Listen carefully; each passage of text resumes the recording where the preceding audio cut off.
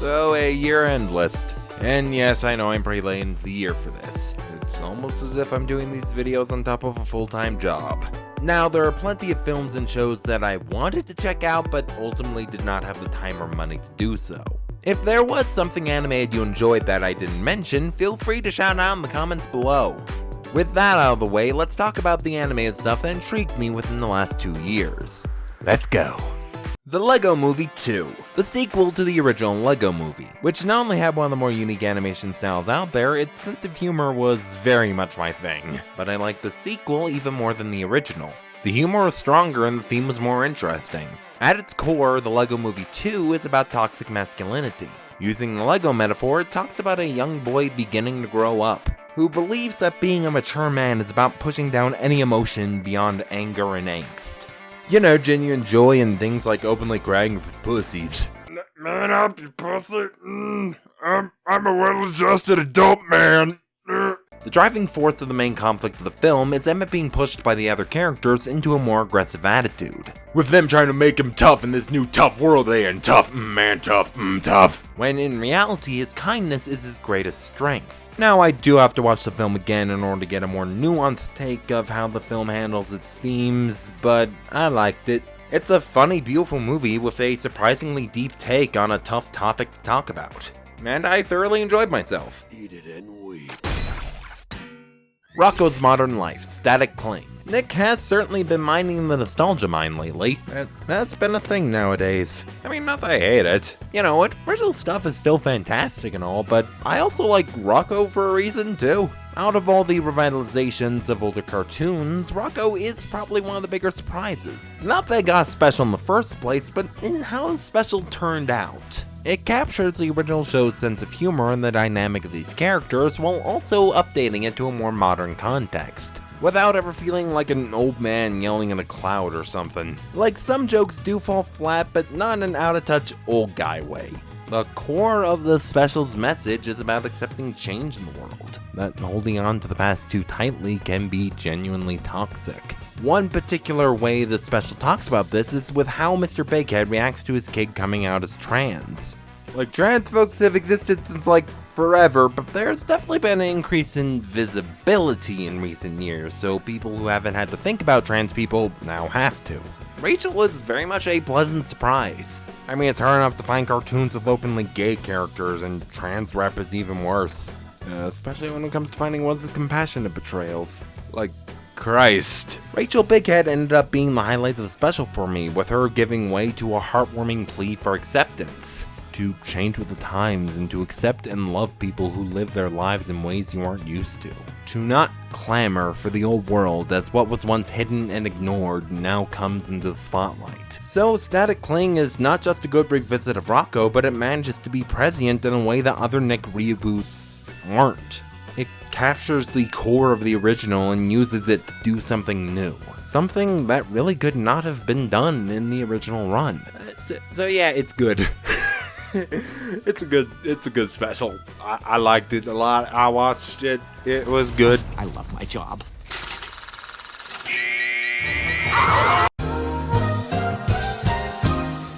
Invader Zim, Enter the Florpus. So have you heard of the show called Invader Zim? That old cult classic with its absurd dark humor and some of the most quotable dialogue in existence? Ms. Bitters, I have a mighty need to use the restroom once again. And Gur, don't forget about Gur. Okie dokie, look at me go, I'm doing it! And over a decade after its cancellation, a new Invader Zim special comes out. Neat. Now, unlike Rocco, the special isn't particularly surprising. There's no really unexpected moments, no surprising additions, no novel take on the concept, it's just modern Zim. But, well, I like Zim for a reason. It is pretty much what you would expect from an Invader Zim movie. I mean, it feels like an animated TV movie from a television network, you know? The conflict is appropriately large, and it actually goes for more of a character arc than usual between Dib and his dad. Now, Zim has changed a bit with the times, the old series managing to be a bit creepier in my opinion, but the modern special still manages to capture its weird humor, even if it is less mean. So, you know, overall, it's good Zim. If you like Zim, you will like this show because it is Zim.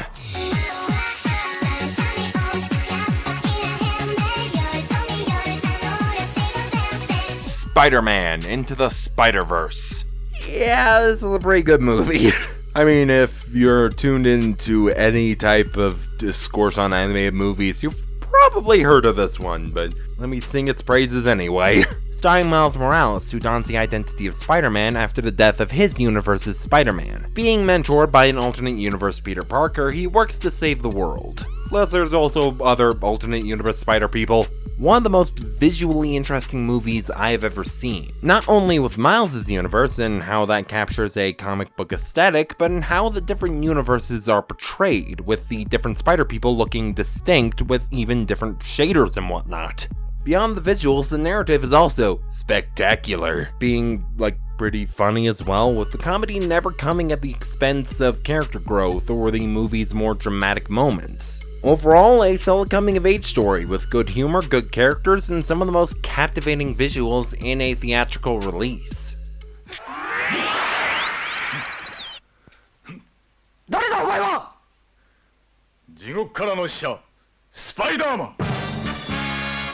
The Dragon Prince. You know, this show is kind of just my thing. Dope magic, slow pace, dramatic and emotional moments. The characters are super likable and interesting, well, except the villain isn't likable because he's the bad guy. Viren is truly a captivating villain, ruled by fear and unbound by morality.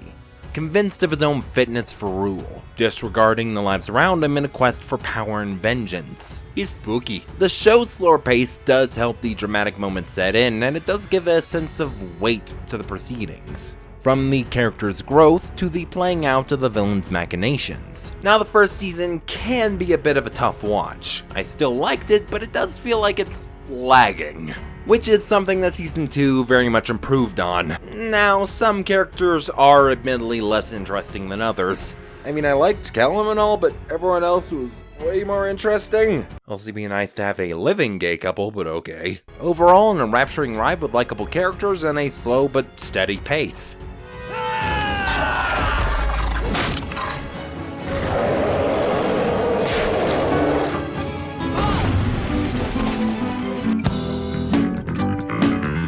She-Ra and the Princesses of Power, a Netflix original reimagining of the 80s cartoon, starring Adora, the titular She-Ra, and a defector from the evil Horde into the Great Rebellion. Filled with likable and engaging characters and a strong sense of humor, but the strongest aspect for me is Catra, Adora's former friend, who is one of the most compelling and heartbreaking villains in recent memory. The show explores the abuse both Catra and Adora had suffered through their childhood, exploring how that shapes both of them and shapes how they see each other, and how it tears them apart. She-Ra is legitimately one of my favorite recent shows, mainly with its fantastic character work and how it's able to be both fun and heartbreaking when needed, with slow but steady character growth and some of the most compelling falls into villainy around. It's also decently above average in the gay department, so that's a plus. Come with me. You don't have to go back there. We can fix this. I don't know. I think we should be enemies. Infinity Train. Tulip, running away from home, finds herself in a mysterious train in an arid, hostile wasteland. Each train car housing a mini world, essentially. With a glowing number affixed to her hand and a small handful of allies, she traverses the train trying to find a way home.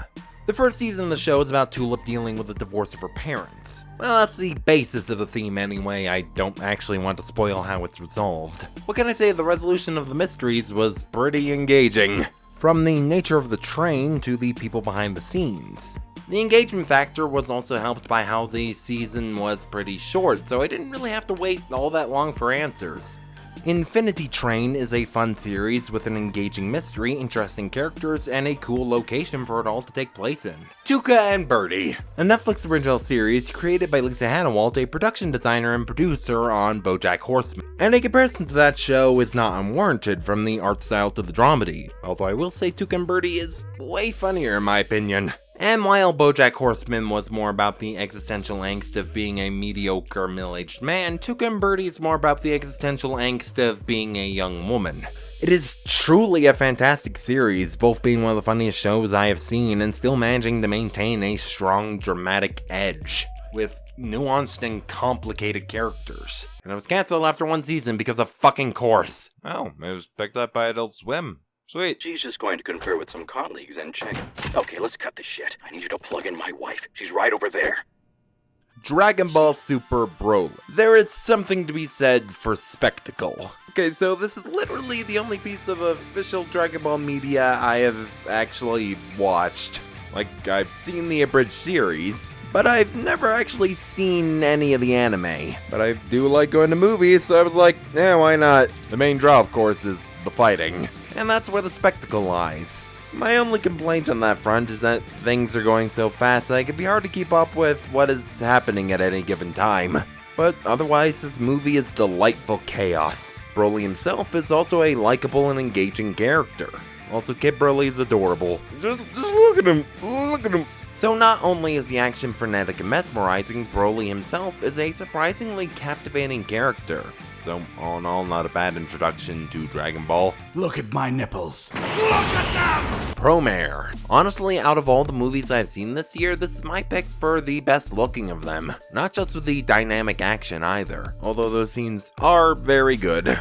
But the environments in particular all look gorgeous. From nature to sci-fi horrors, it always looks fantastic. Promare takes place in a world where the Earth suffered a calamity where half the population died from spontaneous combustion, with some people developing pyrokinetic abilities, with these people being called the Burnish. Galothymus, one of the main characters, is a firefighter tasked with fighting Burnish terrorism. Well, that's what it says on paper anyway. Particularly a sect led by Leofotia, the other main character. One of the thematic cores of the film is Gallo coming to terms with the oppression faced by the Burnish, something that he helped perpetuate by his participation in a corrupt system, with him coming to terms with the fact that those he considered enemies were not as evil as he believed, and that the system and even people that he once revered were corrupt, and that Leofotia in particular was simply looking out for his people, as he teams up with him to save the world, combining the power of Twinks and Himbos. Promare is a visually stunning action movie about the corrupt systems and the corrupt people that foster xenophobia.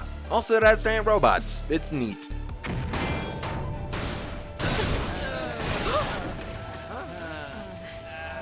He's dead, right? Motherfuckers. Yes, I know, it has a weird name. It's about one Angelino living in a rundown apartment in a crime-stricken part of town. After being distracted by a mysterious woman and getting hit by a car, he starts seeing some people's shadows as monsters. You know, they live style. Not just in the whole seeing an alien infiltration thing, but in the whole metaphor for capitalism thing. Angelino also gets some superpowers or something, which proves useful when facing off against the heavily armed men in black. The main strength of this film is in its action. Creative, exciting, and even a little funny. Now, there's a definite gender and racial aspect that I don't really feel qualified to discuss, so I won't, but know that it's there. Aside from one annoying character, it's a solid ride full of great action, great tension, and just great set pieces. It is neat.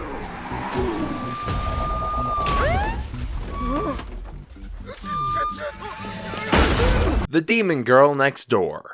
High school girl Yuko Yoshida one day wakes up with horns and a tail. Turns out she's a demon girl. In order to break a curse that has forced her family into poverty, she takes it upon herself to, quote, murderize a magical girl. The only problem is she's about as threatening as a wet tissue. And her attempts to battle the town's resident magical girl, one Momo Chiyoda, ends up fruitless. In the end, Momo actually ends up training Yuko after some comedic mishaps. The anime mainly being about their burgeoning friendship, as much as Yuko would like to describe it as a blossoming rivalry. While I liked the characters and was interested in the plot and all, I mainly liked the show because it was really funny. Everything else is honestly kind of a bonus. There's just something about its humor that just hits me, you know?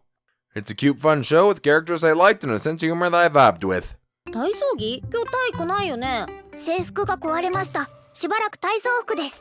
簿記制服がある。仮装か。いろいろとなんでですか？でもありがとうございます。 My Roommate is a Cat, starring one Subaru Mikazuki, an introverted novelist dealing with the loss of his parents. And Haru, a stray cat that Subaru ends up adopting, who before was simply trying to survive as a stray. The main gimmick being that each episode is told from both Subaru's and Haru's perspective. In the end, this show is about these two improving their lives by being together and them starting to move past their trauma because of that. From Haru simply getting to live a happy and healthy life, to Subaru expanding his circle of friends and learning to interact with others as a result of having to take care of Haru. It's a fun and sweet little anime about a cute cat. I like it. Also on the subject of cat anime, I recommend She and Her Cat, which is probably the anime that has made me cry the most. Meow. Cannon Busters! The immortal Philly the Kid finds himself a reluctant companion to two robots. The naive and friendly Sam, who is also a powerful weapon, and the enthusiastic repair bot Casey. Like, out of everything I watched, this probably had some of the most endearing characters for me. From Sam's naive kindness to Casey's infectious love of technology to even Philly's lech asshole shtick. The interactions between these three make it one of the most amusing and fun animes of the year. I don't really have much insightful to say on it, but I would advise you to check it out.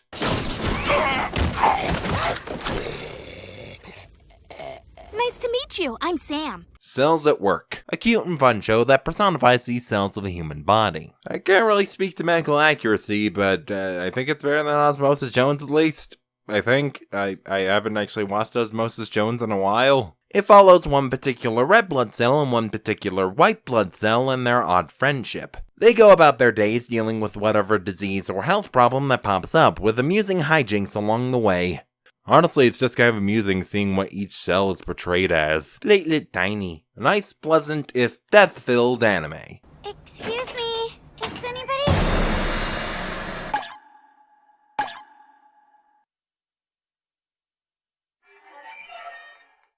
Now let's end this video with a couple things that I either first watched or rewatched in the past 2 years.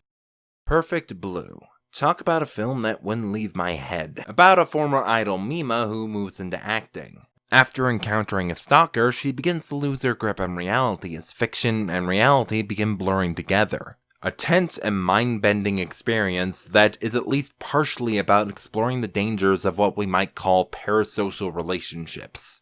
As the stalker is a fan of Mima who feels possessive of her, deeply angered by her more sexual work. As the real Mima is far too innocent for stuff like that. She is not viewed as a person, not really. She is an ideal to be desired. And the entertainment industry itself exacerbates this to a certain extent as her image and the wider perception of her is carefully curated, with Mima being subtly molded into what those in charge of her think is best. My only complaint is that the movie relies a bit too heavily on that whole ugly equals evil trope. And fair warning, there are a handful of rape scenes, so if that's something you don't want to see, maybe skip this one. But otherwise, it is a truly mesmerizing psychological thriller that stayed in my head for days on end. Moral Orel. You ever have memories as a kid that in the moment you thought nothing of, but then you look back at them and you're like, boy, that was fucked up. That feeling is what I keep thinking about when watching this show. Set in the repressed Protestant town of Moralton, following the adventures of the God-loving Orel as he learns how to be a good Christian. The only problem is that it doesn't tend to go well. Not only is the town itself fucked up, but Orel tends to take the wrong lesson from the adults of the town. For example, in episode 10, Orel's told that masturbation is a sin because it wastes sperm. So Orel, in order to masturbate without sinning, impregnates women with a pastry bag full of semen. Yeah, if there's anything that prevents me from recommending this show, it's that episode. Season 1 in general is not as strong as the other seasons. As the series goes on, not only does the comedy get stronger, but it also eventually becomes a fantastic cartoon drama, with much of it detailing the toxic fallout of two people trapped in a loveless marriage, pressured into staying with each other by the environment around them. It feels in many ways like a prototypical BoJack Horseman, with a mixture of comedy and drama, but also a similar visual flair. Moral Orel is truly a unique show, and if it piques your interest, I highly recommend checking it out. So those are the animated stuff I watched in the last 2 years that I liked. Once again, if there's something you like that I didn't mention, feel free to drop it down in the comments. Now, if you'll excuse me, I'm gonna go take a nap. I'm gonna go get me some sleep.